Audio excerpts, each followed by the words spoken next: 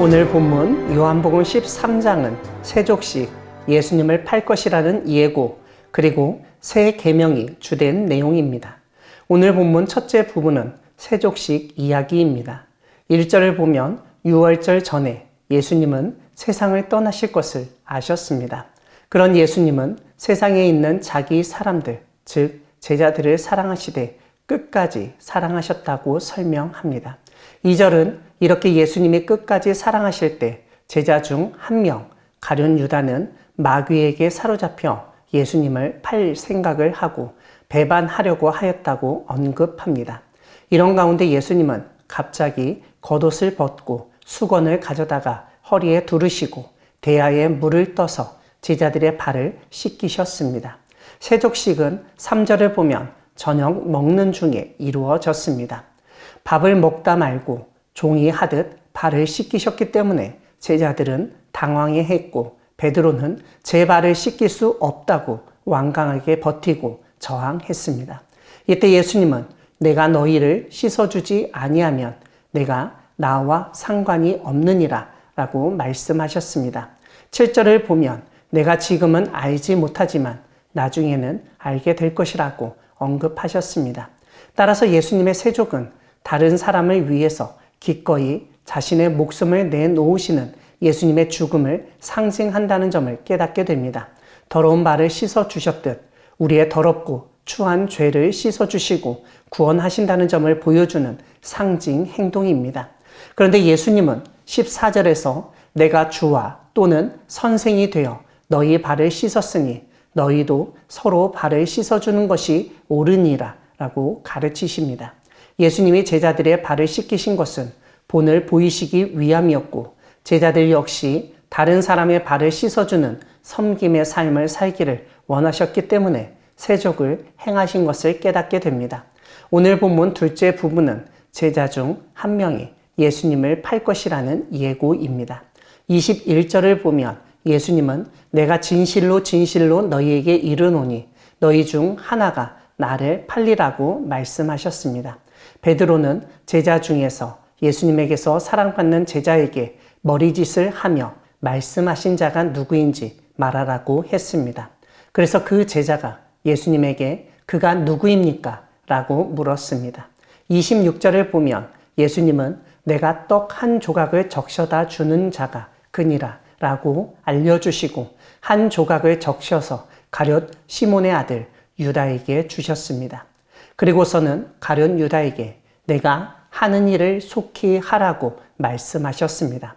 29절은 유다가 돈괴를 맡았으므로 명절에 쓸 물건을 사라 하시는지 혹은 가난한 자들에게 무엇을 주라 하시는 줄로 제자들이 생각했다고 설명합니다. 하지만 예수님을 배신하고 팔아넘길 계획을 하던 가룟 유다는 예수님의 말씀의 의미를 잘 알고 있었습니다.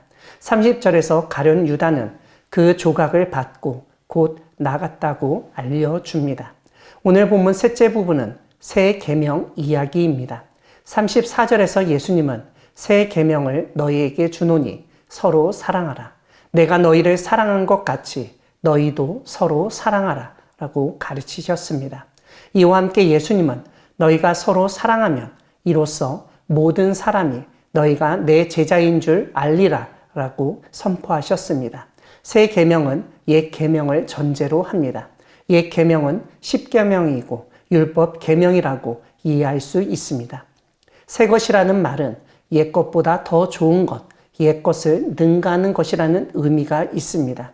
무엇보다 그 옛날 이스라엘 백성이 하나님의 백성으로서 십계명을 지켜야 했듯 이제 예수님의 제자들은 예수님이 주신 새 계명을 지켜야 한다는 뜻이 강합니다. 그런데 이 새 계명에서 우리가 주목할 부분은 서로 사랑을 명령하셨다는 점입니다. 즉 일방적인 사랑이 아니라 쌍방적인 사랑을 강조하신 것입니다. 또한 서로 사랑하라는 명령은 남녀 간의 사랑이 아니라 예수님의 제자들 사이의 사랑이라는 점에서 예수님의 제자들만이 서로 사랑할 수 있다는 점을 깨닫게 됩니다. 이것은 오늘 본문 앞부분에서 예수님이 제자들을 끝까지 사랑한 것처럼 서로 끝까지 사랑하라는 뜻으로 이해할 수 있습니다. 그런데 예수님이 내가 가는 곳에 올 수 없다고 말씀하시자 베드로는 어디로 가시겠다는 것입니까? 다른 사람은 예수님을 따라가지 못해도 저는 따라갈 수 있습니다. 라고 말하였습니다. 그럼 베드로에게 예수님은 지금은 따라올 수 없지만 나중에는 따라올 것이라고 말씀하십니다. 베드로는 오히려 나중이 어디 있습니까? 예수님을 위해서라면 저는 제 목숨도 버릴 수 있습니다. 라고 말합니다. 그럼 베드로에게 예수님은 내가 진실로 진실로 내게 이르노니 닭 울기 전에 내가 3번 나를 부인하리라고 말씀하셨습니다. 사랑하는 광야교회 성도 여러분, 하나님은 예수님을 통해 새 계명을 주신 분이십니다. 하나님은 이스라엘에게 모세를 통해 옛 계명, 율법을 주셨습니다. 그 하나님이 예수님을 통해 오늘 우리에게도 새 계명을 주셨습니다. 우리가 하나님을, 예수님을 사랑한다고 하지만 사실 사랑하기란 쉽지 않습니다. 그 점을 잘 아시는 예수님은 내가 너희를 사랑한 것처럼 너희도 나를 사랑하라 라고 명령하지 않으셨습니다. 오히려 예수님은 내가 너희를 사랑한 것 같이 너희도 서로 사랑하라고 말씀하셨습니다. 예수님이 내 옆에 다른 사람을 사랑하신 것처럼 사랑해야 한다는 뜻입니다. 우리 주변에 있는 사람은 예수님이 사랑하시는 대상입니다. 예수님은 나만 사랑하신 것이 아니라 내 옆에 있는 사람도 사랑하셨다는 사실을 잊어서는 안 됩니다. 무엇보다 우리의 사랑은 그냥 말로만 하는 사랑이 되어서는 안 됩니다. 예수님처럼 실제적으로 사랑해야 합니다. 섬겨야 하고 우리의 목숨을 내놓는 희생까지 각오해야 합니다. 그렇게 우리가 서로 사랑하고 주변에 있는 사람을 사랑할 때 비로소 우리가 주님을 사랑한다는 것이 증명될 것입니다. 우리를 끝까지 사랑하신 예수님의 사랑으로 서로 끝까지 사랑하는 우리 모두가 되기를 소망합니다. 아멘.